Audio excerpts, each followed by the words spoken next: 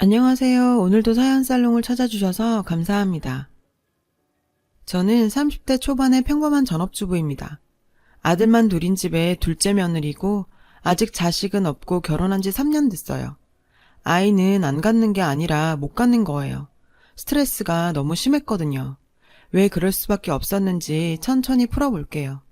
수도권 신도시에 살고 있고 남편은 의료기기 전문회사에 다니는데 맨날 바쁘게 전국을 돌아다녀서 집안일엔 아무 관심도 없어요.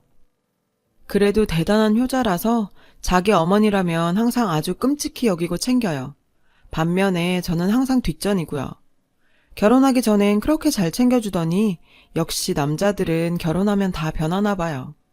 시아버지는 남편 어릴 때 이혼하셔서 지금은 살아계신 건지 돌아가신 건지도 모른대요. 어디서 뭘 하며 지내시는지 연락도 한번 해본 적이 없다더라고요. 아버지 이야기가 나오면 남편이 늘상 하던 말이 있어요. 난 지금까지 단 한 번도 아버지란 인간을 생각해 본 적 없고 앞으로도 안 하고 살 거야. 여지껏 자식 버리고 연락도 한 번 없는 게 무슨 아버지야? 그 인간 얘긴 내 앞에서 다시는 꺼내지도 마. 남보다 못한 사람 아예 없다고 여기면 그뿐이야. 그 말을 할 땐 전에는 한 번도 본 적 없던 남편의 모습이었어요. 굉장히 단호하고 독한 사람이란 생각이 들더라고요. 그만큼 상처가 깊겠구나 하고 측은하기도 했어요. 그리고 두 분이 왜 이혼을 하신 걸까 하고 처음엔 궁금했었는데 결혼하고 시어머니를 제대로 겪어보니 저절로 이해가 되더라고요. 성격 차이로 헤어지셨다는데 시어머니 성격이 보통은 넘거든요. 모르긴 몰라도 아마 시아버지가 버티기 힘드셨을 것 같아요. 까탈스럽기가 세상 없고 무조건 남 탓에 불평 불만이 많으시거든요. 게다가 몸무게가 80kg이 넘고 온갖 성인병에 약을 달고 살면서도 운동을 전혀 안 하세요. 본인의 심각성을 몰라도 너무 몰라요. 서울 살고 사업하느라 바쁜 아주버님 내외는 결혼하고 얼굴 본 게 정말 손에 꼽을 정도예요. 추석이나 설날 같은 명절은 물론이고 시어머니 생신에도 얼굴 한 번을 안 비춰요. 홀로 남은 시어머니한테 아무런 관심이 없는 것 같아요. 도대체 얼마나 바쁜 건지 모르겠지만 제가 볼 땐 너무들 한다 싶어요. 저희 아주버님은 서울에서 자동차 부품 관련 사업을 아주 크게 하세요. 어릴 때부터 공부도 잘하시고 뭐든지 뛰어났대요. 그래서 미국으로 유학도 다녀오시고 평범한 남편과 어릴 때부터 늘 비교 대상이었나 봐요. 그래서 은근히 남편이 형한테 열등감이 있는 것 같아 보이더라고요. 시어머니도 아주버님이랑 남편을 은근히 차별하는 게 보였고요. 형님은 전업주부인데 엄청 부잣집 딸이래요. 아주버님이 미국으로 유학 가셨을 때 만났다는데요.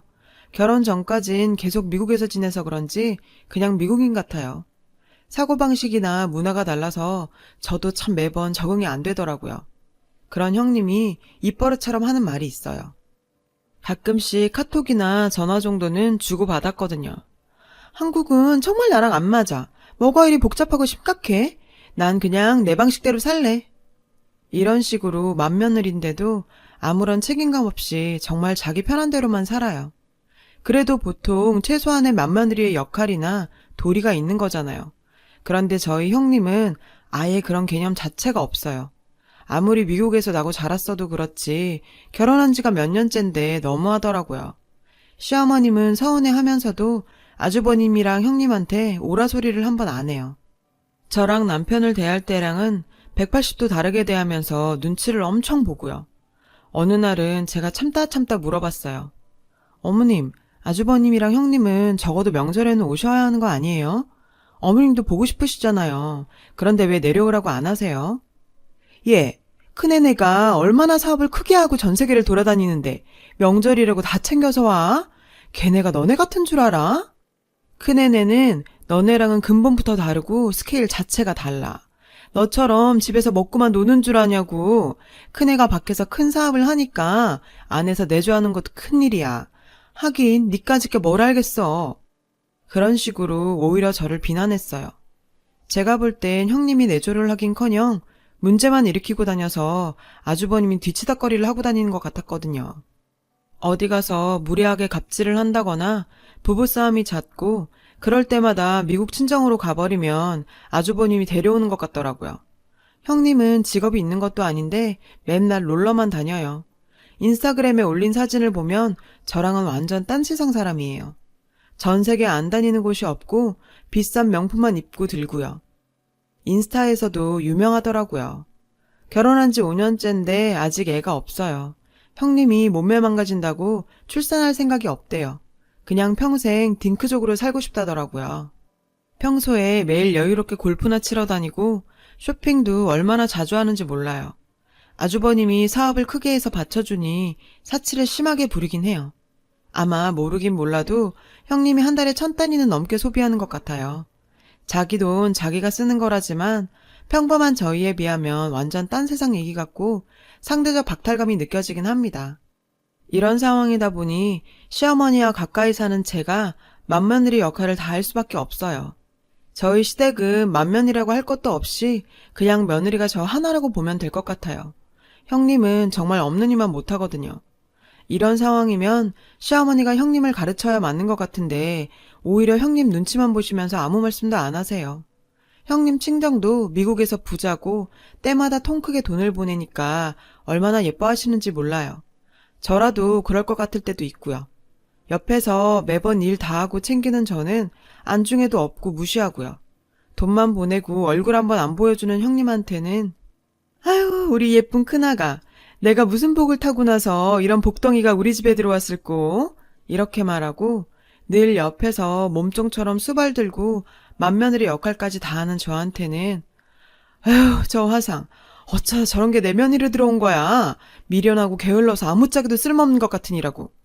이런 식으로 말해서 정말 서운하고 억울한 건 말로 다 못하겠어요. 남편도 이런 걸 다 알고 있지만 혼자 계시는 어머니 안쓰럽다며 저보고 그냥 무조건 다 이해하래요. 그런 것도 하루 이틀이지. 정말 스트레스가 이만저만이 아니에요. 칭찬까진 못해도 비난은 하지 말아주셨으면 하는데 왜 그렇게 저를 처음부터 싫어하시는지 모르겠어요. 또 형님은 왜 그렇게나 예뻐하는 줄도 모르겠고요. 이런 생각도 살다 보니 그냥 내 팔자련이 생각하고 무뎌지더라고요. 툭 하면 가까이 사는 저를 불러대시는데 오죽하면 제가 이 집에 며느리로 들어온 게 아니고 시어머니 비서 같다는 생각이 들 정도라니까요. 예, 나 입맛이 없어서 그러니까 아주 매운 낙지볶음 좀 빨리 만들어 갖고 와. 그리고 이따 온 김에 화장실 청소랑 냉장고 정리도 하고 가라. 이런 얘기를 늘상 서슴없이 하세요. 맨날 뭘 사와라 해와라 와서 하고 가라 하면서 사소한 것 하나까지도 본인이 안 하고 다 저를 시키고 부려먹으려 들어서 너무 피곤해요. 오지랖은 또 얼마나 넓으신지 스케일이 정말 장난이 아니에요. 언젠가 한 번은 이런 일도 있었어요. 친한 친구분이 생신인데 자식들이 멀리 살고 쓸쓸한 분이니 생일 축하 자리를 마련해주고 싶다면서 저보고 그 음식을 혼자서 다 하라고 하는 거예요. 경로당 분들이랑 지인분들 다 해서 30분은 넘었는데 도대체 오지랖이 넓어도 정도가 있지 남의 며느리가 그 큰 일을 왜 치러야 하는 건지 도저히 이해가 안 갔어요. 어머님, 저 혼자서 어떻게 30인분을 준비해요. 그냥 식당에서 하시는 게 낫지 않겠어요? 뭐라고? 왜 못해? 새파랗게 젊은 게 집에서 먹고 노는 주제에 시애미가 하라면 하는 거지. 어디서 못한단 말이 나와? 나 젊었을 땐 혼자서 100명 잔치도 거뜬히 다 치렀어. 그리고 사람들한테 다 말해놨는데 이제 와서 안 하면 내가 뭐가 돼? 나랑 제일 친한 사람이고 친자매보다 더 가까운 사이야. 생일 잔치할 형편이 안 되니까 나라도 해줘야지. 얼마나 불쌍하고 안 됐어? 넌 측은하단 생각도 안 드니? 어쩜 그렇게 인정머리가 없을 수가 있어? 너도 내 나이 돼봐라. 남들 다 하는 건 못하면 얼마나 서럽고 가슴에 한이 맺히는 줄 모를 거다. 넌 시애미가 사람들 앞에서 망신을 당하든 말든 아무 상관없고 나 몰라라 하겠단 거야? 한 입 갖고 두 말 한단 말 듣게 하고 싶냐고. 물론 좋은 일 하시는 건 알겠지만 힘든 요구를 하시니까 너무 버겁더라고요. 남편하고 얘기해봐도 늘 똑같은 반응이에요. 그냥 사람 사서 하면 되잖아. 앞으로 어머니가 살면 얼마나 더 사시겠어. 나중에 후회할 일 만들지 말자. 좋은 일 하시는 거잖아. 나중에 우리한테 다 복으로 돌아와. 저 힘든 건 안중에도 없고 매번 말은 참 청산유수예요. 밖에서 일만 하고 돌아다니고 집안일엔 관심도 없는데 정말 저런 걸 남편이라고 믿고 사는 제가 어떨 때 너무 가엾게 느껴져서 혼자 남몰래 흐느껴 온 적도 많아요. 결국엔 저 아는 지인들한테 부탁하고 겨우겨우 치렀어요. 그러고도 너무 힘들어서 며칠은 알아누웠죠. 또 이런 일도 있었어요. 시어머니가 아픈 곳이 많아서 다니는 병원도 많거든요. 갈 때마다 제가 모시고 다녀야 했어요. 정형외과, 내과, 이비인후과, 신경외과, 산부인과, 안과, 한의원까지 매번 제가 다 모시고 다녔어요. 어찌나 병원을 다니기 싫어하는지 어른애처럼 안 간다고 어리광을 피우질 않나. 챙겨 먹을 약이 많은데 안 챙겨 먹어서 일일이 확인하고 챙기는 것도 다 제 일이었어요. 예, 오늘은 정형외과 안 갈란다. 물리치료 받는 거 너무 아프고 지루해. 그리고 나 고지혈증 약 안 먹을란다. 속에서 잘 안 받고 도저히 못 먹겠어. 늘상 이런 식이라 달래는 것도 큰 일이더라고요. 연세도 있으신 분이 어쩜 그렇게 셈이 많고 남 하는 건 다 하려 드는지 젊은 사람들이 염색한 게 예뻐 보인다고 색을 바꿔가면서 염색을 얼마나 자주 하는지 몰라요. 그리고 네일 아트도 자주 받으러 다니는데 젊은 저도 안 하는데 참 어지간하세요. 관리도 자주 받아야 하고 비용도 드는데 남들이 하면 꼭 따라 하시더라고요. 예, 노인정에 어떤 할망구가 예쁜 가방을 들었더라. 작지도 크지도 않고 딱 알만된 사이즈던데. 빨간색이야. 비싸 보이더라. 네가 좀 알아봐서 나도 좀 사줘. 내 친구가 이번에 어딜 놀러 갔다 왔는데 거기가 그렇게 좋다더라. 나도 거기 한번 꼭 가보고 싶으니까 네가 알아봐서 나 좀 데리고 가줘. 이런 식이니 제 사생활이 없고 어머님 연락만 오면 긴장이 될 수밖에 없더라고요. 오늘은 또 무슨 일일까 하고요. 어느 날 어머니가 새벽같이 전화를 해서 부르셨어요. 전 무슨 큰일이라도 난 줄 알고 놀랐었는데 간밤에 큰 집에서 이번 추석에 내려온다고 연락이 왔다더라고요. 시어머니가 새벽부터 호들갑을 떠실 만한 일이긴 했어요. 생전 명절에 얼굴 한 번을 안 보여주더니 아주버님이랑 형님까지 같이 내려온다고 했다더라고요.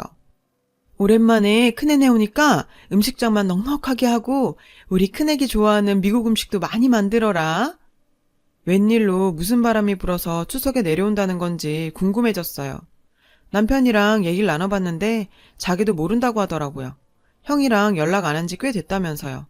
어쨌든 전 저대로 제 도리한다고 음식도 많이 준비하고 형님 내외 좋아하실 만한 거 위주로 가득 차렸어요. 시어머니는 오랜만에 얼굴 본다고 들떠서 안절부절 못하고 돌아다니면서 잔소리를 얼마나 해대셨는지 몰라요. 드디어 형님 내외가 도착했어요. 정말 오랜만에 보는데 특히 형님은 얼굴에 무슨 짓을 했는지 못 알아볼 뻔했어요. 완전 딴 사람이 됐더라고요. 그것보다 둘 사이 분위기도 별로 안 좋고 올 때부터 둘 다 표정이 어두운 게 뭔가 불안했어요. 시어머니는 그저 반갑고 좋아서 어쩔 줄을 몰라 하셨어요. 매일 옆에서 챙기는 저랑 남편에게는 한번 보여준 적 없는 얼굴이었어요. 저도 사람인지라 그걸 보니 좀 씁쓸하더라고요. 그러다 결국 일이 터졌어요.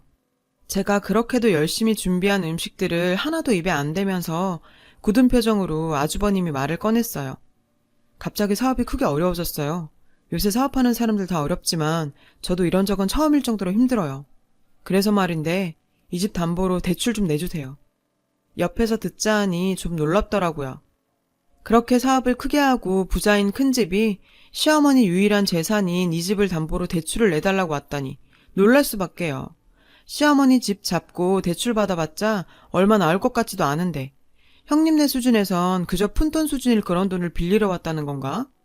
옆에 있는 남편도 믿기질 않고 당황한 눈치더라고요. 시어머니도 당황스러워 보였어요. 그래서 선뜻 대답을 못하더라고요. 그랬더니 갑자기 아주버님이 짜증을 확 내면서 화를 내셨어요.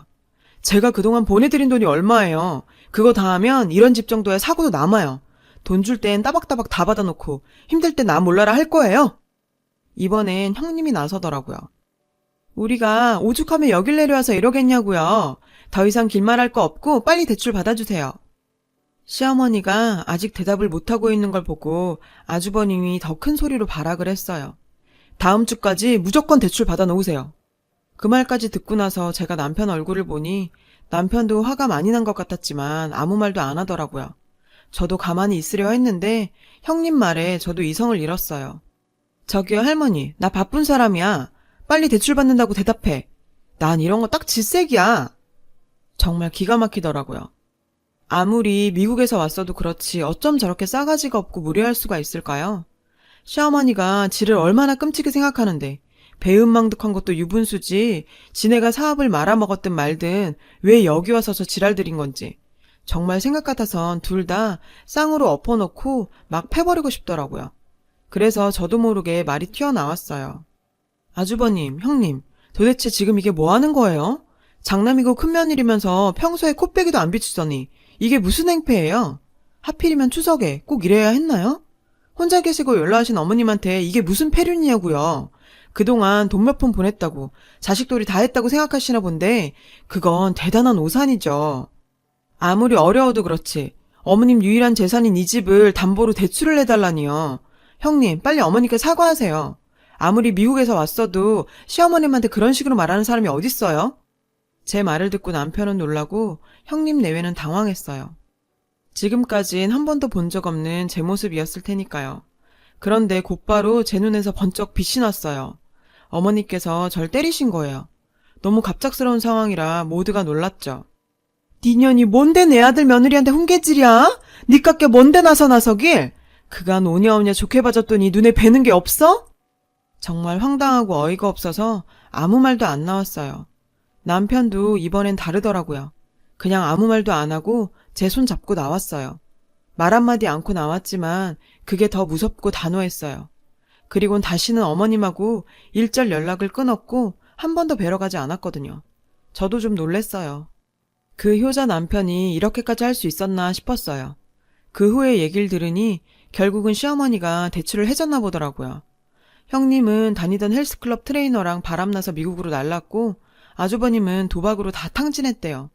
사업자금은 물론이고 차체까지 다 끌어다 써서 중독 수준이었다나 봐요. 잘 나가다 졸지에 나락으로 떨어진 거죠. 시어머니는 당연히 집 다 날려먹고 길바닥에 나앉는 수준으로 망했어요. 그렇게 저랑 남편을 만나려고 애를 쓰는데 그날 이후 연락을 딱 끊고 만나주지도 않으니 많이 아쉬웠겠죠. 특히 제가 얼마나 옆에서 수족처럼 수발을 들었는데요. 아마 친딸도 그렇게 못했을 거예요. 그래도 시간이 지나면 남편이 좀 누그러질 줄 알았는데 이번엔 아니더라고요.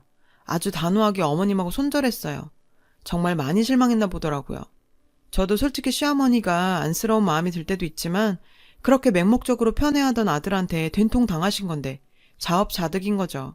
그간 얼마나 시달리고 힘들었는지 시어머니 호출이 없으니 스트레스로 계속 빠지던 살이 가만히 있어도 찌더라고요. 우울증, 탈모, 불면증, 만성피로가 싹 없어져서 얼마나 좋은지 몰라요. 시어머니가 진정한 사과를 하고 또 다시 부려먹지만 않으면 화해하고 모실 생각은 있어요. 하지만 그렇게 자존심 센 사람이 과연 그러실지는 의문이네요. 지옥에서 천국으로 탈출한 기분이에요. 그간 스트레스 때문에 살이 너무 빠져서 아이를 못 가져서 걱정이었죠.